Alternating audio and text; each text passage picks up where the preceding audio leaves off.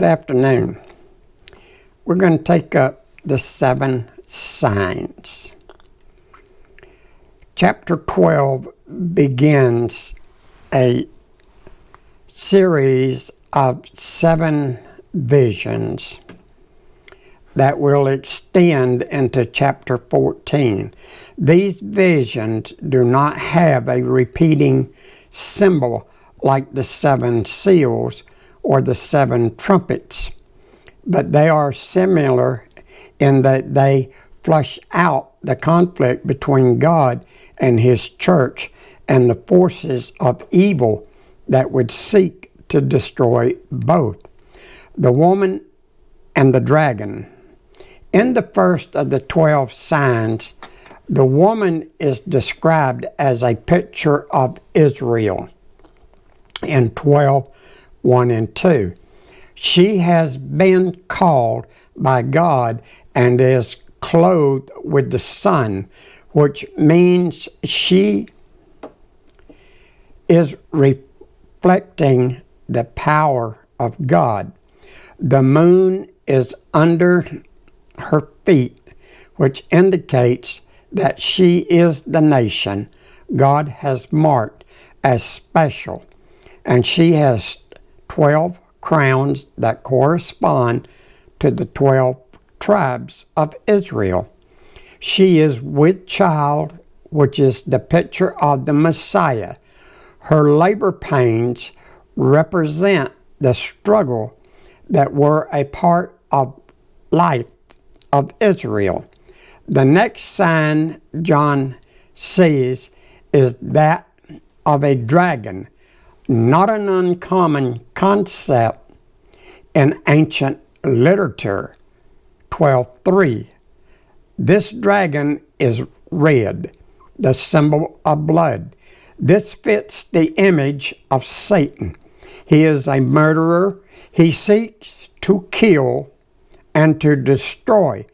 In addition to the 7 heads, there are also 10 horns, which in the most basic sense implies great strength. Some interpreters understand that the 10 horns to represent the 10 nations that will rule under the Antichrist during the final days. Others believe the 10 horns represent the leaders or rulers that have been a tool of Satan to attempt to oppose the Messiah. The dragon's tail sweeps away 1/3 of the stars, 12:4. Some see this as a reference to Satan taking 1/3 of the angels with him when he fell from heaven. Others simply think it represents a show of power by the dragon. He has only one goal in mind in this particular vision, and that is to destroy the child and the image of the Messiah. Verse 5, and she brought forth a man-child, even Christ, considered not in his person, but in his kingdom. In the 9th age, many nations with their princesses were added to the Christian church, who was to rule all nations when his time is come. And her child, which was already in heaven, was where the woman and the dragon was caught up to God, taken utterly out of his reach. In verse 6, the 1260 days, or the 3.5 years, show up again. 11:1-3. In this case, the woman, a picture of Israel, hides for 3.5 years. She hides in a place that has been prepared by God in order for her to be cared for. Satan has power, but he cannot oppose the plan of God, that they may feed her, that the people of that place may provide 1,260 days. So many prophetic days, which are not as some have supposed, 1,260, but 777 common years. These we may compute from the year 847 to the year 1524. So long the woman enjoyed a safe and convenient place in Europe, which was chiefly Bohemia, where she was fed till God provided for her more plentiful at the Reformation. Now we have the battle with the enemy. Verse 7 and 8 describes the battle between Satan, the dragon, and Michael. Michael is the angel who was given to Israel to protect her as a nation. As a people, Daniel 12 and 1. Thus, this battle can be understood as a direct attack by Satan on Israel. Both Michael and the dragon armies are referred to as angels, a designation that simply means messenger. Revelation 12:7. The reality is that Satan is not strong enough to overtake Michael. The original readers of this letter would find great hope in this description. Without this kind of encouragement, their suffering could push them into thinking that Satan was finally going to do away with not only Israel, but all the people of God. According to verse 9, at the end of the war, Satan is thrown out along with all his enemies. The idea here is that God stops Satan from ever attacking again. In verse 9, John uses several of Satan's designated names. The ancient serpent, all allusion to his deceiving Eve in that form. Dragons are a kind of large serpent who is called the devil and Satan. These are words of exactly the same meaning, only the former is Greek, the letter Hebrew denoting the grand adversary of all the saints, whether Jews or Gentiles. He has deceived the whole world, not only in their first parents, but through all ages and in all countries, unto unbelief and all wickedness, unto the hating and the persecuting faith and all goodness. He was cast out into the earth. He was cast out of heaven, and being cast out thence, himself come to the earth. After this final expulsion from heaven, there is announcement, salvation, the power and the kingdom of God, as well as the authority of Jesus Christ has come. Satan is finally prevented from ever entering heaven for the purpose of interrupting the plan of God. This final expulsion provides a great outburst of praise in heaven, 12, 10 through 12. Notice that the announcement is spoken in first person plural. The accuser of our brothers and sisters. It is probably proclaimed by a group of angels, but any of the heavenly members in the vision could be the source. According to verse 11, the people's power to overcome Satan is found in three things. The blood of Jesus. It was the death of Jesus that took the power of death away from all those who placed their faith in Jesus alone. The word of their testimony. The people continued to proclaim Jesus, no matter the consequences. The proclamation of the gospel is the power that will see Satan defeated. Not loving this life over the next, Satan uses death as a means to intimidate people into denying Jesus.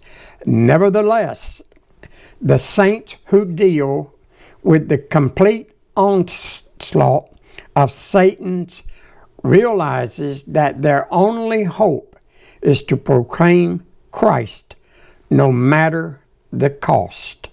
Verse 12 contains a woe to the people of earth, warning them that Satan is now truly a being with nothing to lose. He knows his final defeat is simply a matter of time. 12:12. The heavens are rejoicing because Satan is cast out forever, and the believers know how to handle him. The rest of the world, however, will have to endure his wrath for a short while. This will be a bad time on earth because these days will not go unpunished. As the vision continues in verse 13, when Satan realizes that he can't reach the child, he goes after the woman. In other words, Satan sets out to persecute Israel. He surely knows that he will not defeat her, but he can inflict pain and suffering. In verse 14, God provides divine protection for Israel. The protection is found in the symbolic picture of an eagle. The eagle has large wings and is strong enough to carry the people of God. This image is reminiscent of Exodus 19:4, a description of Israel's deliverance from Egypt. So not all of Israel is destroyed. Some are protected for the 3.5 years, times and half time. This would be the second part of the 3.5 years when Satan is allowed to unleash his fury. At the end of verse 14, Satan is referred to as the serpent rather than the dragon. He's also been referred to as to the serpent in verse 9. So there is little doubt that the serpent and the dragon are one and the same. Two more attempts are made by Satan the dragon. First, he spits flood waters to sweep the woman away from her wilderness safe house. But the earth swallows up the flood waters in 12:15 through 16. And then when he is unable to attack, he goes after her children. In other words, he turns on the church. 12:17. Now, Revelation 13:1 through 18. The beast is described in verse 1 as having 10 horns and 7 heads, as does Satan the dragon in 12:3. With crowns on its horns. Typically, the horns on an animal represents the strength of that animal to attack and to defend.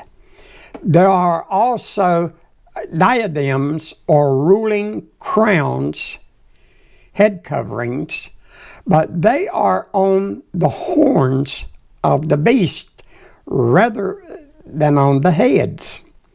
Some believe each of these crowns represent nations or kingdoms that will make up his ruling empire. I call the system. On each of the beast's multiple heads is written a blasphemous name. This may mean several different names of the same name on each head. This beast is a communication of all that is evil in this world. In verse 2, we find a description of the power and the authority that is given to the beast. He is described in terms of a leopard, a bear, and a lion. Each of these animals was used by governments to describe their power. The leopard describes swiftness in battle. The bear is the government to describe their power. The leopards describe swiftness in battle. The bear is the strength and stability that comes with enough power, and the lions describes the fighting power of the nation. The beast will have a consuming power that would be used to overrun the world. And all of the power is given to him by Satan. The territory Satan has been allowed, the earth, will be given to the beast, so he will be able to rule the entire world without much restraint. The wickedness that is on the earth will rule all at once. The man the beast represents, often referred to as the Antichrist, will have absolute authority over the entire world. It is delegated authority in the sense that God could stop it at any point. But nevertheless, it is a moment in time when evil will rule. God is centralizing all of the wickedness into one place to deal with it completely. According to verse 3, one of the beast's heads has been fatally wounded, then healed or brought back to life. This adds to his popularity. He is seen as a supernatural, and this caused people to be deceived unto following him. In the remainder of John's description of the beast, this head that has been restored becomes his calling card. The people will begin to describe to him and to Satan the worship due to God. This is the ultimate in blasphemy. The question, who is like the beast, may be a sarcastic reference to Psalms 35 and 10. Who is like you, O Lord, highlighting this blasphemous worship. Now in chapter 13, verse 5 and 6, the beast arrogance. The beast has been given everything he has. In other words, he is still bound to the ultimate sovereign control of God. There is nothing in this man that God has not allowed and that God cannot take away.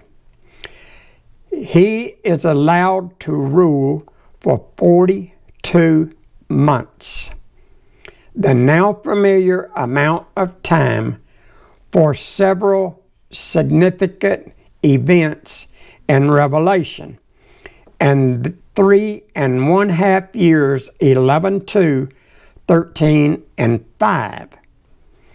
The pride of this man goes beyond the pride that most powerful leaders struggle with from time to time. The man considers himself to be God, 13 and 5. He believes he possesses all the authority of God, and he acts on that belief by blaspheming God and all who dwell in heaven with him. 13 and 6, the beast activities and admirers. This man, depicted by the image of the beast, is more than talk. He also acts in deadly and a powerful manner. At the focus of his attack are believers in the one true God. All the saints present on earth will be in his radar, and if he finds them, he will kill them. The situation John describes in verse 7 is such that it continues. There will be no believers left on the earth. Does this sound like what we hear today? According to verse 8, this beast rules the world. The beast is the fulfillment of evil, the ultimate fulfillment of every evil power that has existed.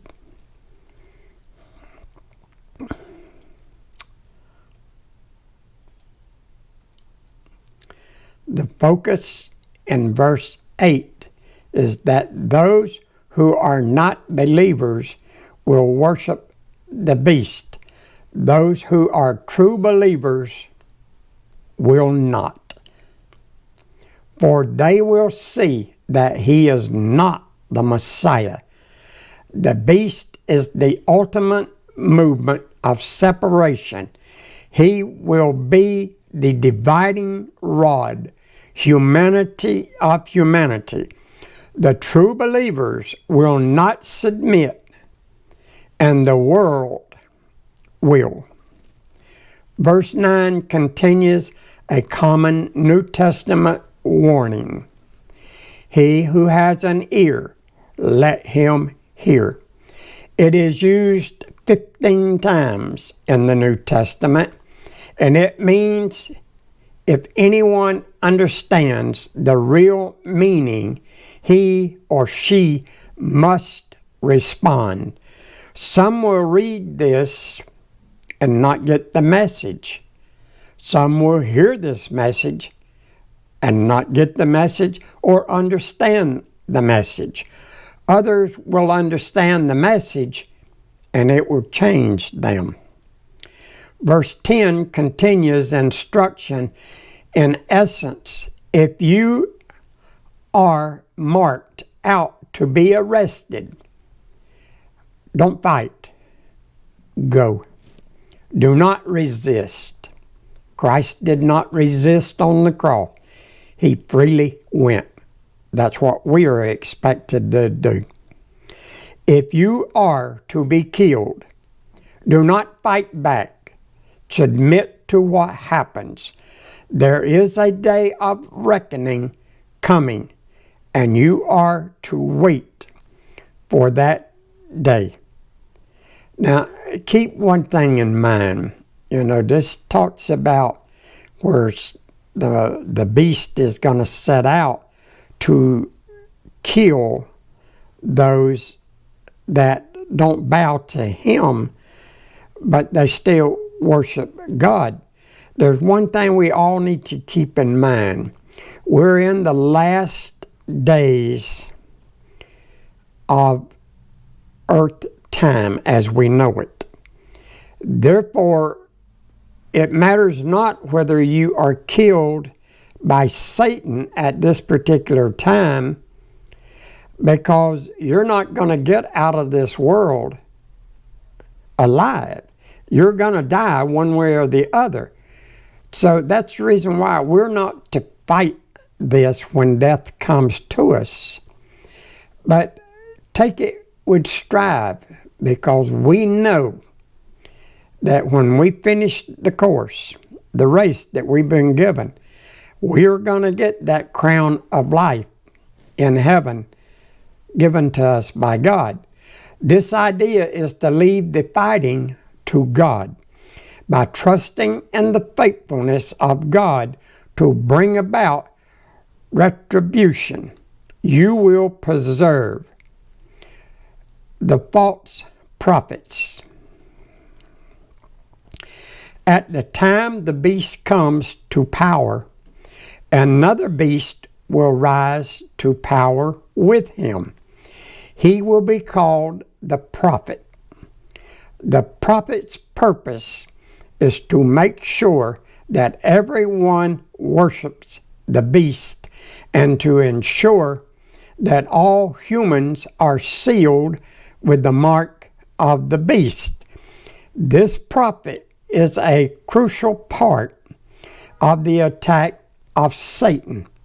The most natural way to read this is that another man is on the scene performing critical works. Now we have two evil beasts as men. He appears gentle and meek, but that appearance is deceptive. The reason for the guesses is that his role is to get people to worship the beast, and he therefore has to be a salesman. He must make all of the world of the beast look good, all the evil of the beast look good to humanity. Even though he will have two horns like a lamb, he will speak like a dragon. He will speak the words of Satan. He will appear harmless, but in reality, his words will be deadly.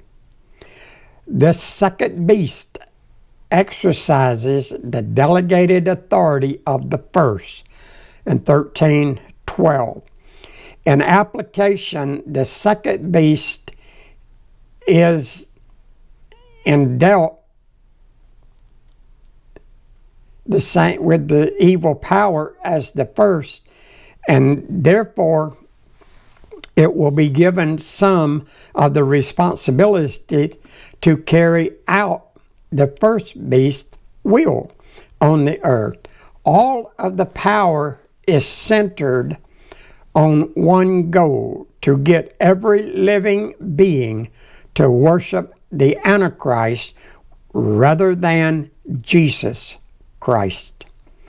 Verse 13 offers their strategy for accomplishing this.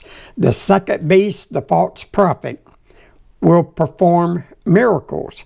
These miracles will draw attention to the first beast, and particularly to the fact that the beast was wounded yet survived. In this way, the healing of the one damaged head becomes a point of tribute and a worship. The main tactic is this: the prophet gets everyone's attention with his own powers, and when he has their attention, he speaks as frontman. The spin of this message, the fact that the first beast was restored to life, shows his ultimate power in the world, and therefore everyone should worship him. Note that both verse 12 and verse 14 identify the first beast as having a fatal wound that was healed. The second beast, the false prophet, will also be able to mimic the prophet of the past by calling down fire from heaven.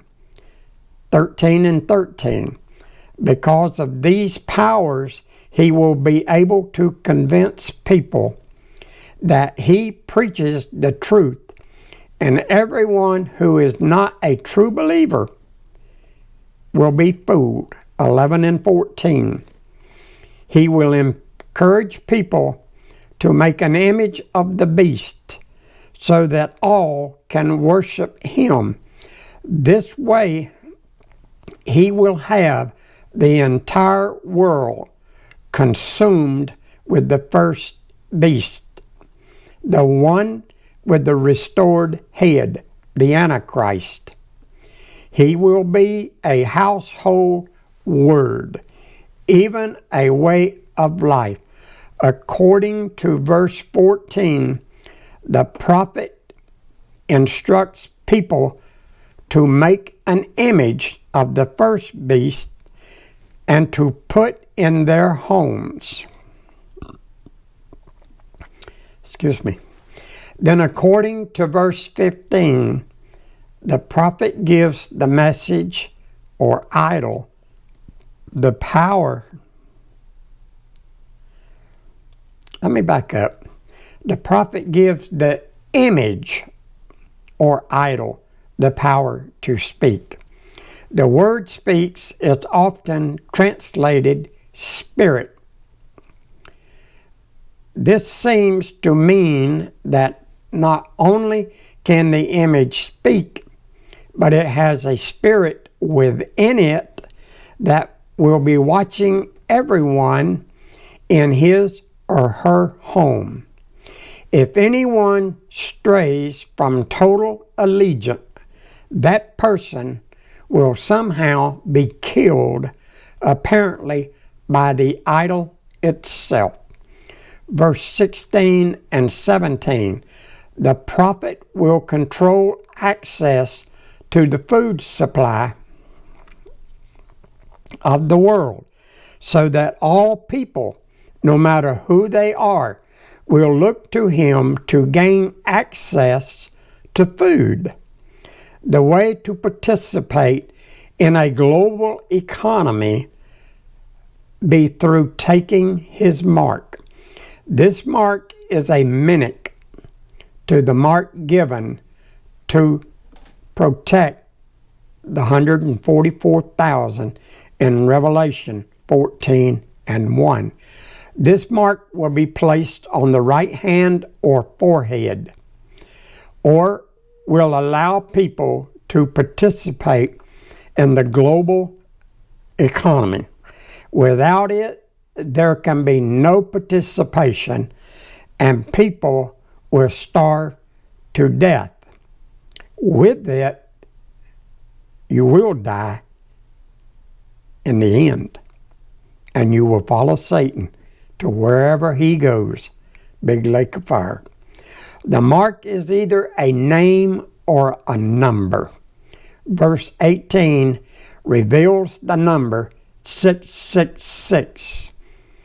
Opens with a call for wisdom. Wisdom is the application of the knowledge of God into real life. If Christians are wise, they are living for God and should be discerning as to who the best beast really is. They must not be fooled into thinking that this is Christ reigning or that it is the event of the kingdom of God. Instead, they must see that all of this is merely the power of a person. That is why the mark given to the people does not reflect the glory of God, but instead the glory of humanity. This number may represent some symbolism that has thus far not been taken into account in chapter 14, 1 and 5. In verse 2 and 3, John hears the singing of a song that resembles rushing waters, thunders, and harps. The song is powerful and beautiful. It is sung before the throne of God, and the only people able to sing it are the 144,000 whom God purchased from the earth. 7:4-8. The punishment, 14, 9, and 12. Punishment is awaiting those who take the mark of the beast and worship him. Keep in mind that the mark of the beast represents humanity. It is not just a number. It is a religion and a life philosophy. Those who receive the mark of the beast will experience the following punishment. Drink of the wine of God's wrath. This refers to both his power to punishment and the totality of all of his anger. Be eternally tormented with fire and brimstone. This refers to the burning of hell. This hell is a place the angels and Jesus will be able to view, be tormented continually. Their lives will be tormented both day and night without rest. Then verse 15 begins by referring to another angel, as if an angel had just been mentioned in the vision. Someone like a son of man sits on a white cloud. Daniel 7:13 and 14. Revelation 14:14. He is wearing a crown and holding a sickle. Another angel then appears to announce that it is the right time for the harvest, we call rapture. For John's original readers, this idea of it being the right time would have been meaningful, since they are facing persecution. They would surely be eager to know when God is going to intervene on their behalf. In verse 16, the one who is sitting on the cloud swings his sickle over the earth and reaps a harvest in one swing. Because there is no mention of wrath, Those who interpret the person on the cloud as Jesus holds that this reappearing is the time when the fellow followers of God are being brought to heaven. For those who hold that the one doing the reaping is an angel, this harvest is undefined. Verse 17 and 20 describes a grape harvest. Another angel appears with a sickle, this one coming out of the temple. Then another angel, this one from the altar, joins him and offers the instruction to gather the grapes because they are ripe. When the angel gathers the grapes, he tosses them into God's winepress. This is most likely a picture of judgment, since it is a winepress of wrath.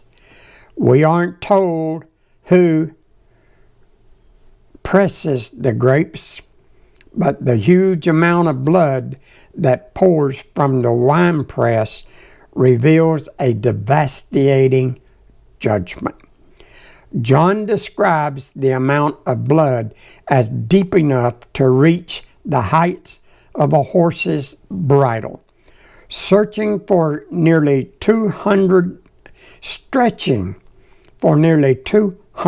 miles.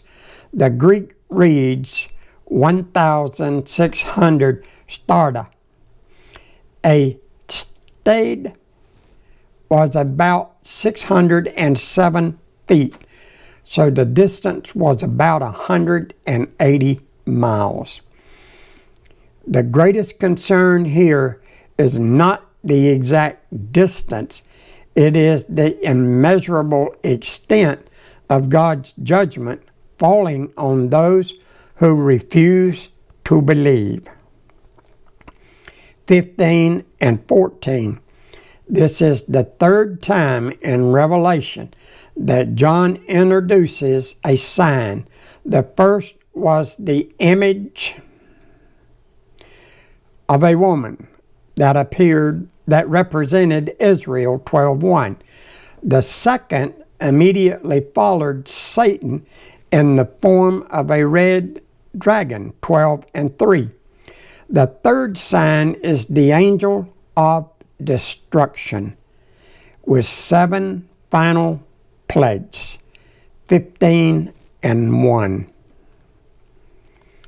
The 7 angels with the 7 plagues enter the main stage, 15:6. Everything about the description of this scene implies that these angels and these plagues are sanctioned by God Himself. The angels are dressed in clean linen clothes that reflects purity. The cleanliness of linens often refers to the holiness of the person. The golden sashes allude to the ashes worn either by priest. Now I said ashes, what I meant to say was sashes, worn either by priest, forgive me for the mispronunciation, or warriors. Both would have meaning within this content of exercising God's judgment. In verse 7, the 4 living creatures that exist close to the throne of God gives the 7 angels bowls filled with judgment. The word translated bowls is the same word used for the bowl that contained the prayers of the saints in Revelation 5 and 8. Verse 8 describes the temple as filled with smoke. In the scriptures, smoke has often accompanied majestic power. It was one of the signs of the presence of God in Exodus 40, 34, and 35, one of the signs of the awesome wrath of God. In this closing verse of chapter 15, God's glory, all the attributes of His character and His power fills the temple. And there is no room for anything else until the plagues are poured out by the seraph angels. All must stop and watch the mighty power of God on display. We will stop here. God bless you. Next, we go into Revelation 16, 1 and 21, the 6 bowls. Till then, so long until the next clip. Thank you for watching.